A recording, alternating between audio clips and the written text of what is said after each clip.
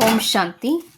एकता और विश्वास की विशेषता द्वारा सफलता संपन्न बनो। ஒற்றுமை மற்றும் நம்பிக்கையின் விசேஷத்தன்மைகள் மூலமாக வெற்றி நிறைந்தவராக ஆகுங்கள்.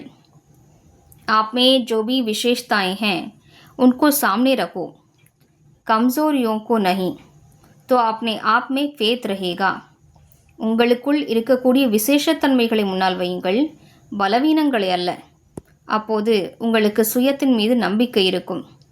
कमजोरी की बात को ज़्यादा नहीं सोचना तो सदा खुशी में आगे बढ़ते जाएंगे.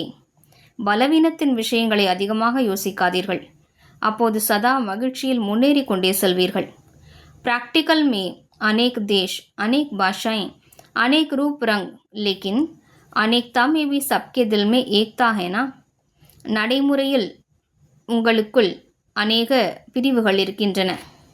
விதவிதமான தேசங்கள், விதவிதமான மொழிகள், அநேக நிறம் மற்றும் ரூபம், இவை இருந்தாலும் வேற்றுமையிலும் அனைவரது இதயத்தில் ஒற்றுமை இருக்கிறதல்லவா?